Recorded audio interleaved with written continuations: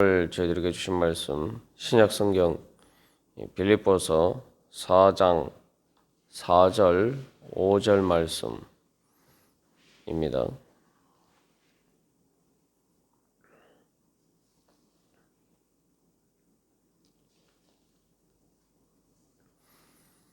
빌립보서 4장 4절 5절 말씀 다 같이 한 목소리로 받들어 읽도록 하겠습니다.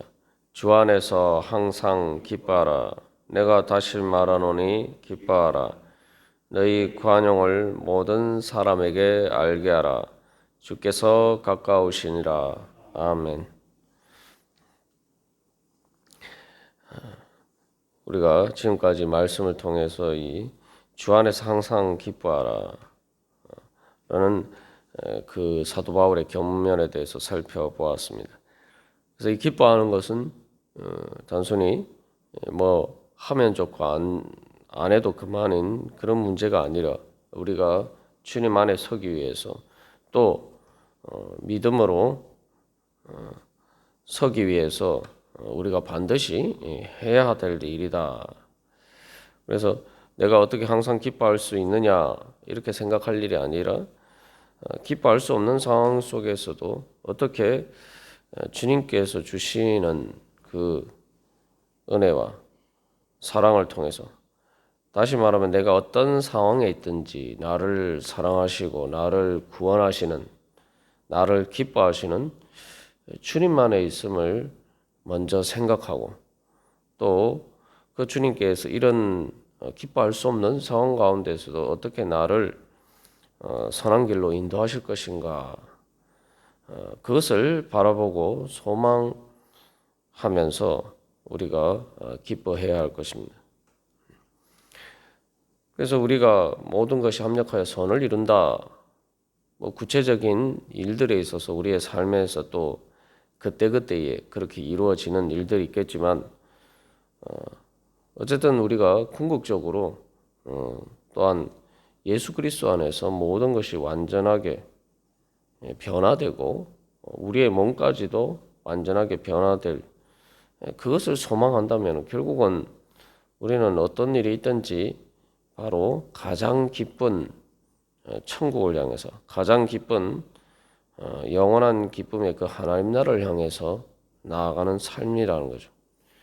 그래서 현실의 상황이 비록 기뻐할 수 없다 할지라도 내가 바로 그런 기쁨을 향해서 영원한 완전한 기쁨을 향해서 나아가는 그런 과정에 있다는 것을 우리가 늘 기억하고 그것을 소망하면서 우리가 어떻게 오늘 또한 그렇게 나를 인도하시는 주님 안에 내가 설 것인가 우리가 그것을 바라볼 때에 우리가 기뻐할 수가 있는 것입니다.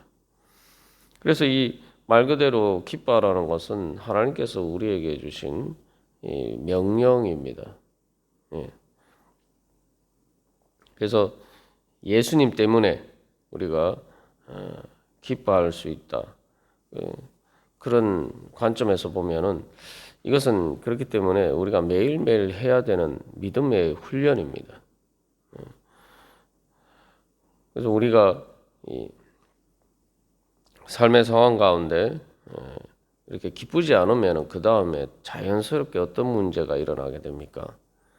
예를 들면 뭐 일상에서 흔히 일어나는 것처럼 뭐 안 좋은 일이 있거나 마음 상한 일이 있으면은 뭐 짜증이 나고 기분이 나쁘게 되면은 기쁘지 않게 되면은 그 다음에 내가 내 마음이 이렇게 그 강팍해지고 내 마음에 성령님께서 거하실 자리가 없어집니다.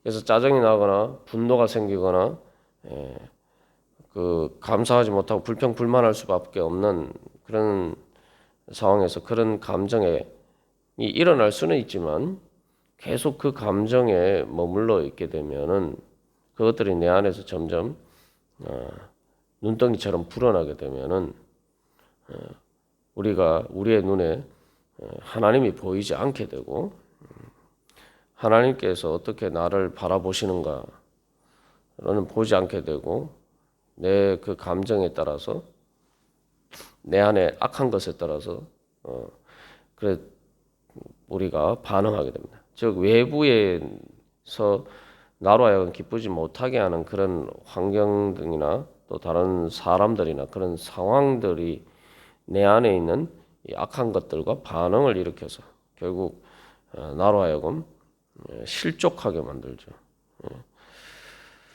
그렇게 되면은 또 우리가 말도 이렇게 곱게 나오지 못하고 또 다른 사람들과의 관계도 우리가 좋은 관계를 가지기 어렵습니다. 그리고 특별히 이 사도 바울처럼 이 감옥에 갇혀 있거나 예수님 때문에 핍박과 박해를 당하는 상황에 있으면은 더군다나 이것은 자기 잘못 때문이 아니라 말 그대로 인간적인 관점에서 보면 희생인데 억울하다.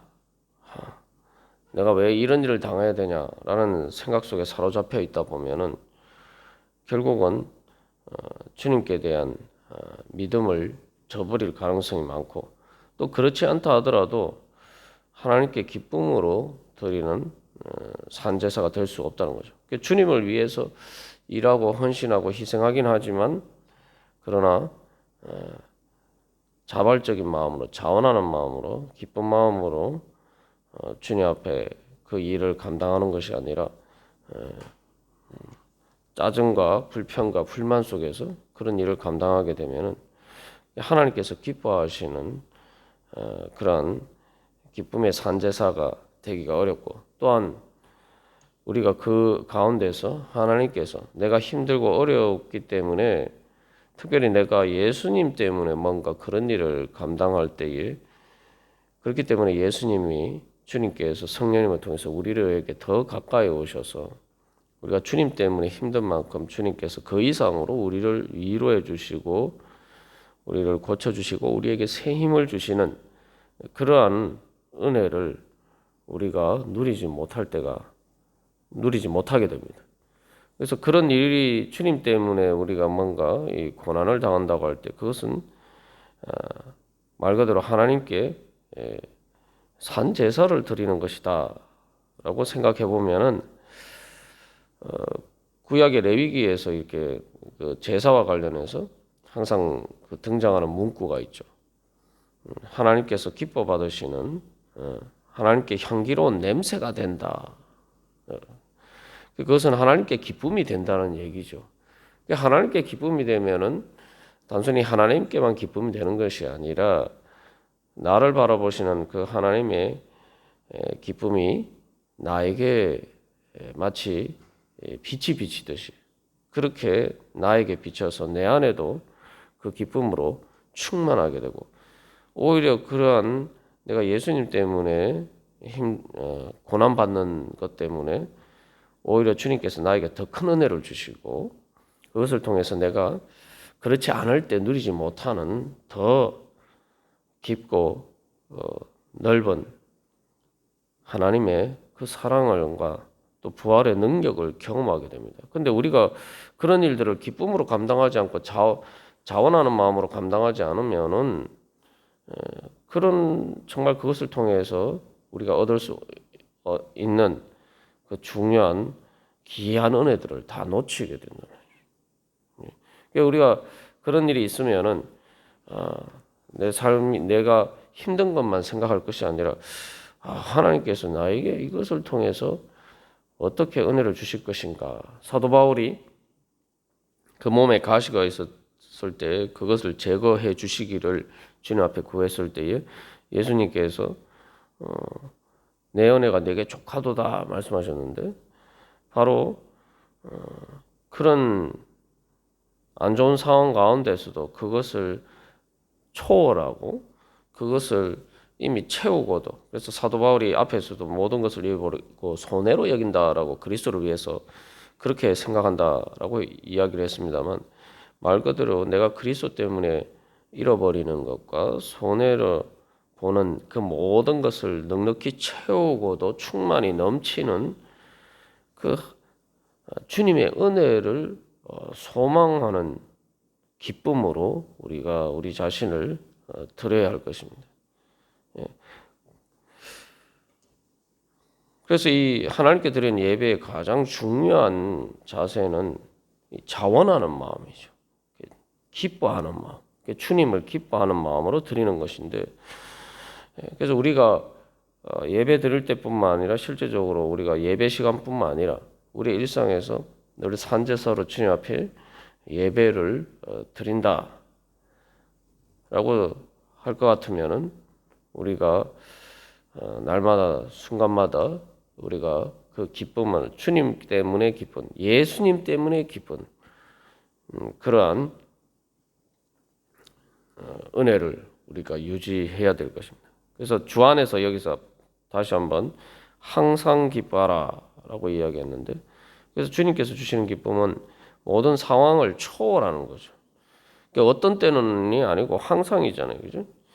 그래서 이 모든 상황을 초월하게 하시는 하나님 때문에, 그래서 주님의 그 능력과 사랑 때문에 사도 바울이 로마서 8장에서도 고백하는 것처럼 아무것도 나를 예수 그리스도의 사랑에서 끊을 수 없다라는 그 주님의 사랑과 그 능력에 충만한 것에서 우리가 누리는 그 기쁨을 가질 때에 말 그대로 그것이 사실은 다른 어느 누구가 아니라 예수님이나 또 다른 사람들을 위해서 보면 가장 중요한 것은 자기 자신을 그런 고난 가운데서도 망가지지 않고 오히려 그것이 연단이 되어서 그것을 통해서 망가지는 것이 아니라 오히려 하나님 앞에서 더 성숙한 신앙인으로서 성장하고 또 더 영광스럽게 되고 내가 더 예수 그리스도의 성품을 닮아가게 되고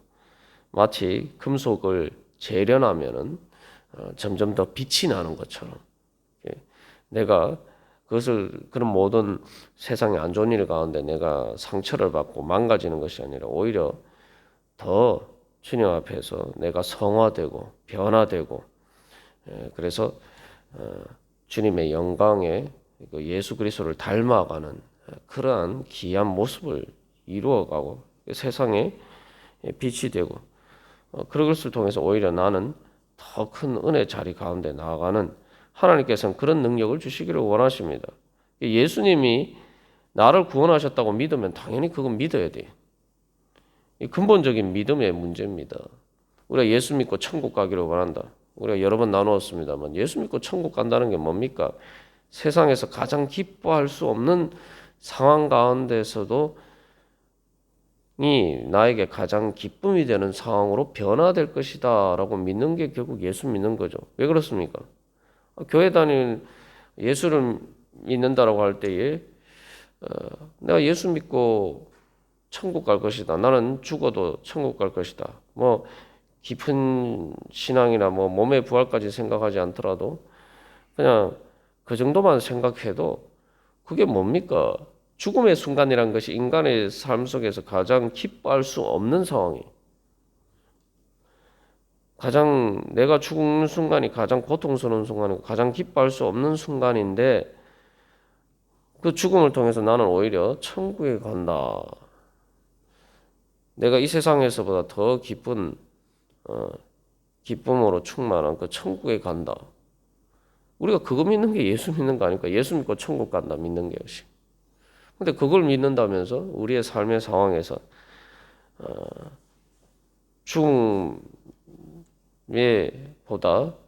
죽음보다 약한 아무리 힘들어도 죽는 순간보다 우리에게 덜 절망적인 그런 상황 속에서도 우리가 기뻐할 수 없다면은 우리가 다시 한번 내가 예수 믿고 정말 예수를 믿음으로 내가 죽어도 천국에 가고 예수님께서 심판하실 그 재림 때에도 보통 이제 최후의 종말이다는 그 무시무시하게 생각하는 바로 그때에도 내가 오히려 구원받아서 몸까지 예수님의 영광의 몸의 형체로 변화되는 그런 오히려 은혜의 새로운 은혜를 향해서 나아가는 문이 될 것이다. 우리가 어떻게 믿을 수가 있겠습니까? 그래서 그것을 믿는다면은 바로 주님께서 나를 구원해 주시기를 믿는다면은 그리고 그렇게 나를 구원해 주실 주님이 오늘도 나와 항상 함께 하신다. 뭐 내가 어떤 상황에서만 주님께서 나와 함께 계시는 것이 아니라 어떤 상황에서도 나와 함께 계신다. 그것을 믿으면은 우리가 그것을 바라보면서 주님, 제가 이런 상황 속에 있지만 주님께서 저와 항상 함께 하시기 때문에 지금도 주님께서 제 옆에 계시기 때문에 제가 그 주님 때문에 기쁨, 위로를 받고 회복이 되어서 기쁨을 기뻐할 수가 있습니다. 주님, 저에게 다가오셔서 저와 함께 하시는 주님께서 저를 위로해 주시고 고쳐주시고 새 힘을 주시옵소서. 우리가 그렇게 기도하면서 주님 안에 나가면 그것이 바로 주 안에서 항상 기뻐할 수 있는 은혜가 될 것입니다. 그래서 우리가 다시 한번 예수님께서 제자들에게 부활하신 후에 승천하시기 전에 마지막으로 하신 약속, 주님께서 우리들과 세상 끝날까지 항상 함께 하실 것이다 라고 약속하셨고, 또 그것을 위해서 보혜사 성령님을 통해서 예수 그리스도의 영 되신 성령님을 통해서 주님께서 우리와 항상 함께 하신다. 오늘도 특별히 이 기도 시간 가운데 다시 한번 그 주님을 바라보면서 나아가고, 또 우리가 오늘 하루를 살아가면서도 그 주님과 함께 동행하는 그러한 은혜의 시간 가운데 항상 기뻐할 수 있는, 더욱더 기뻐할 수 있는 그러한 믿음의 자리 가운데 나아가시기를 간절히 소망합니다. 다 같이 기도드리시겠습니다.